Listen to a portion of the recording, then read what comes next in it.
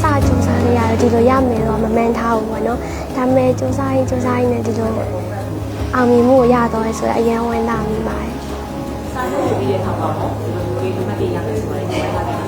အဲ့လိုမမှန်းထားရင်ဟာအမတ်စလိုပါ960နှစ်ပါတော့ဘုံဒါတော့ဘုံရမယ်မတ်တေးရတယ်ပါလားရှိတယ်အဲ့တော့မပြောတတ်သေးဘူးမသိရသေးဘူးလူလေးကဆိုင်ရောမှာဆက်ရတဲ့ပုံမှာတော့ဒီဝတ်တာတွေ့ရှိတယ်အရင်ပဲဝန်တာပြီးတော့စိတ်လုံရှားမိပါတယ်အစရရတယ်မမှန်းထားဘူးဆိုအော်ဒီရောသားမှာမသိရလား online ရလည်းကြည့်ခဲ့ရပါအဲ့ဆိုအဲ့အခုကြည့်တဲ့အချိန်မှာဘယ်လိုကိုရင်ကိုလေးရလဲအဲ့ဒါတော့အရင်ရင်ခုံပြီးအဲ့လိုရမင်းအဲ့လိုရရတယ်တော့အေးခဲ့ရအောင်ဟုတ်တော့ဒါပြင်မင်းတို့နဲ့ကြည့်တာလားဘယ်လိုကြည့်လဲအောင်ပြီးတော့ဖေဖေမေဝိုင်တူကြည့်ခဲ့ရကျောင်းကလေထွက်ချင်းဖုံးဆက်တယ်ပေါ့နော်ဆမရွာတွေဝန်တာပြီးတော့ပြောပေးပါတယ်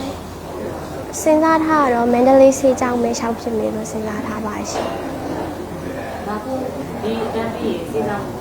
တတ်တယ်ဆိုတာကကိုယ်ငယ်ဘဝတွေကစိတ်ကူးနေတာကိုကြီးရှိနေတယ်ငယ်ဘဝကတည်းကစိတ်ကူးတွေပါ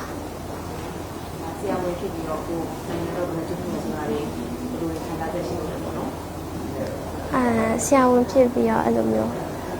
လူနာတွေကိုခုပေးချင်တာပေါ့နော်အဲ့လိုအကူအညီလိုရတဲ့သူတွေအကူအညီပေးချင်တာအဲ့လိုလေးပါဆရာမရတော့နှစ်စကလေးရပေါ့နော်အဲ့လိုမျိုးတစ်လုံးမှမချမ်း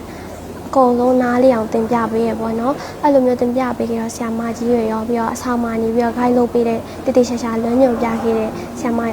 တွေခိုင်းဆရာမတွေရောဆရာမကြီးကိုရောအကုန်လုံးကျေးဇူးတင်ပါတယ်ဆရာမတွေရောကိုဘယ်လောက်ထိကြည့်နေလဲဆရာမရမမျော်မှန်းထားဘူးပေါ့နော်အဲ့လောက်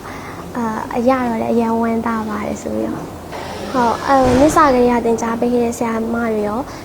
လမ်းညွှန်ပေးခဲ့ရောဂိုင်းဆရာမတွေရောဆရာမကြီးကိုရောအရင်ကိုကျေးဇူးတင်ပါတယ်